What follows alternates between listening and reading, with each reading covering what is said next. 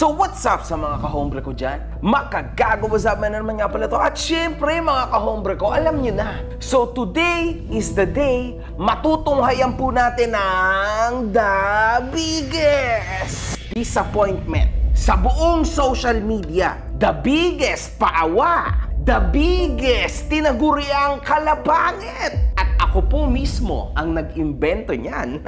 Kalapangit! The biggest sad story sa social media.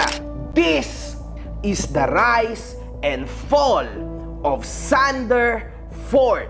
At kasama na siya sa ating Wall of Fame.